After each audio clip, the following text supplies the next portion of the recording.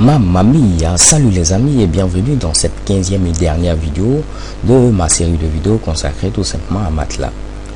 Plutarque disait que le cerveau n'est pas un vase à remplir mais plutôt du bois enflammé. En réalité, si je devais vous montrer l'ensemble des fonctionnalités de MATLAB, nous n'aurons pas terminé parce que MATLAB est vraiment un logiciel assez vaste.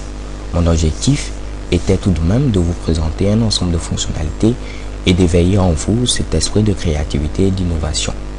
Dans cette dernière vidéo, nous allons créer une petite application, un petit script qui nous permet d'avoir une image en couleur à l'entrée et de donner cette image en niveau de gris, blanc et noir comme on a l'habitude de l'appeler. Donc avec cette application, je vais vous montrer également comment gérer les erreurs. Il ne faut surtout pas avoir peur lorsqu'une erreur est affichée au niveau de la fenêtre de commande. Donc de manière intentionnelle, je vais commettre une erreur et vous montrer comment débugger votre programme. Pour ce faire, très simple, je clique à ce niveau sur New M-File. Je vais créer maintenant un nouveau fichier. Puisque je vais travailler sur une image, il va me falloir une image.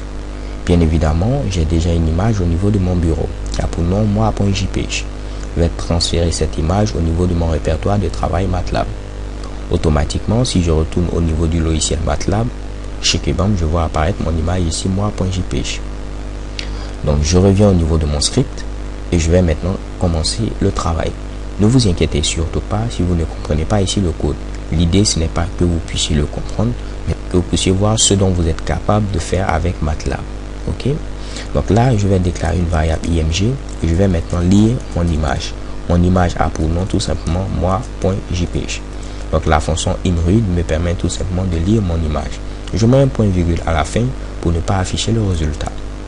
Deuxième des choses, je vais maintenant transformer mon image en blanc et noir, donc en niveau d'écrit.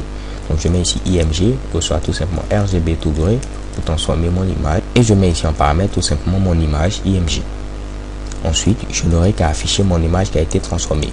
Pour cela, j'utilise la fonction imshow et je donne en paramètre tout simplement mon image. Je ne mets pas ici le point virgule parce que je veux afficher mon image. Donc je veux que le résultat soit affiché. Je fais ensuite File, puis Save As et je vais enregistrer tout simplement mon fichier avec comme nom img.m.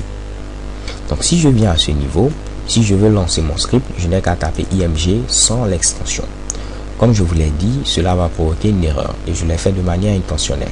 Si je valide avec la touche entrée, chez Kebam, j'ai une erreur. Donc ici au niveau de l'erreur, on nous dit tout simplement le nom de ma variable img est également le même nom que j'ai donné ici à mon script. Et cela est illégal puisque cela peut créer des conflits au niveau de l'espace de nom. Donc pour gérer ce Mitsubishi, qu'est-ce que je fais? J'ouvre tout simplement mon script et je vais modifier tout simplement le nom de ma variable. Je mets pourquoi pas img1. Donc img1, img1 et pour terminer img1. Si j'enregistre, je viens et je relance mon script. Automatiquement, qu'est-ce qui se passe? Mon programme mouline et je vais voir mon image apparaître ici blanc-noir. Comme vous pouvez le voir, pour les personnes qui ne sont pas photogéniques comme moi, lorsque vous transformez l'image en blanc et noir, ça devient vraiment beaucoup plus nice. Alors si je veux, je peux enregistrer mon image, donc je fais File, ensuite je fais Save As et je peux l'enregistrer tout simplement au niveau de mon répertoire de travail. Je vais choisir comme extension pourquoi pas PNG et ensuite je vais donner comme nom à mon image tout simplement moi.png. J'enregistre au niveau de mon répertoire. Donc je me rends au niveau de mon répertoire et chez Kebam, je vois apparaître mon image ici moi.png. J'ouvre cette image et on peut le voir, c'est mon image qui a été transformée tout simplement en blanc-noir. Pour faire assez simple, je prends cette image et je vais la mettre tout simplement en fond d'écran. Donc je peux faire tout simplement choisir comme arrière-plan de bureau.